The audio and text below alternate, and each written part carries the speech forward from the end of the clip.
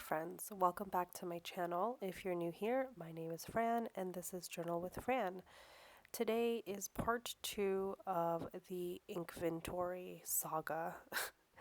And I say saga because it took me 3 different sessions over 3 different days to finally get this done.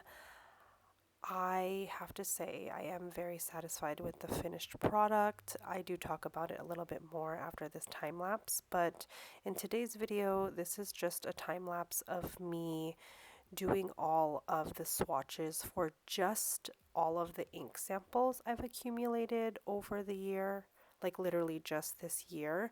And so you can see that I've definitely been exploring a lot of purples and blues and then a couple of pinks here and there. And so I swatched it according, like as close as I could to like color themes or color families. But I'll talk a little bit more about how I feel about this process. Again, I'm very happy with it and I'm excited to continue this process. So without further ado, we'll switch over to my live thoughts. All right, friends, it has taken me a long time and I'm actually filming this video on my phone and not my normal camera, so apologies for the potential inconsistencies in the audio as well as the video quality, but I just finished inking everything. So day 1, I inked my bottled inks, or I swatched my bottled inks. Day 2, I swatched almost this full page. And then day 3, I just powered through and finished all of my ink samples. Now that things are dry, I wanted to call out like how different some of these inks came out on the Tomoe River paper versus the coloring index cards. So I think one of the biggest ones for me was Sailor Ink Studio. Here I had more pink come out on the Tomoe River. Like you can actually see the shading a lot better than on this paper, so I really am glad we did that. Brunch Date didn't come out as saturated, so I'm happy to see the colors as they would on paper that I would use it on. So this, yeah, despite this entire process taking so much more time, I do appreciate seeing the true, okay, so here it was on some of these, like with the Manyo Fuji shading, so much nicer on the Tomoe River paper. And it, like on here, it has like more of a grayish purple, but here it's more like, it's less gray. Studio. Also, I will say, actually,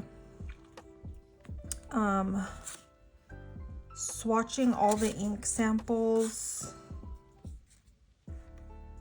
at the same time, I noticed which inks felt wetter or drier. I really do love the Japanese inks like Pilot Iroshizuku, Sailor, and the Nagasawa Kobe inks. They just go on so smooth, and so I think moving forward, I don't know, like I'm definitely finding some favorites.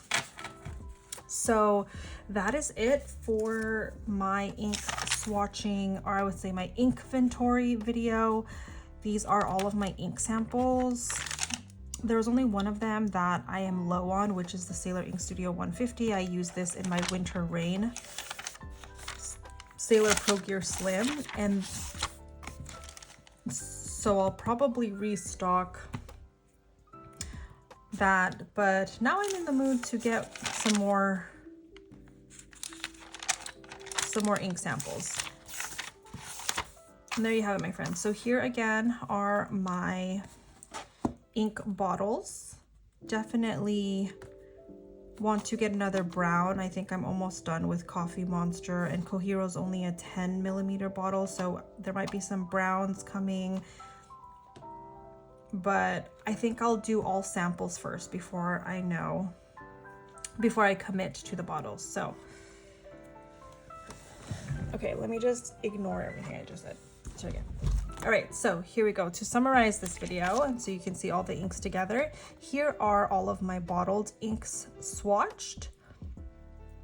And again, bottled inks, I mean, the next time I get a bottle might not be until the next pen show I attend, because I do have the option of ordering the samples. And so I think minus like, I don't know, I don't want to talk too much, but we'll see how 2025 goes as far as ink bottles. But I know for sure I will be trying out more ink samples. But here's the inventory as of December 2024. And I think what I'll do is once I run out, like once I finish an ink sample, I don't plan on getting another sample, or if I don't plan on getting a bottle of it, I'll just put like a little X right here, just so I know that it's not in my drawer. There's page 1 and there's page 2, and that's it.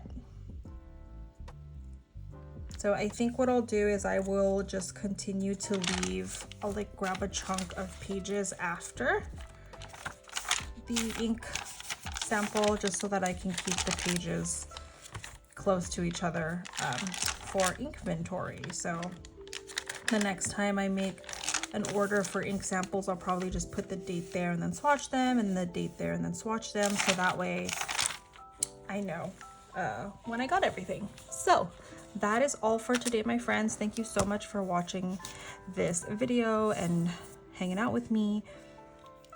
Let me know what your favorite ink from today's video was, or if you have a favorite ink that I should try out.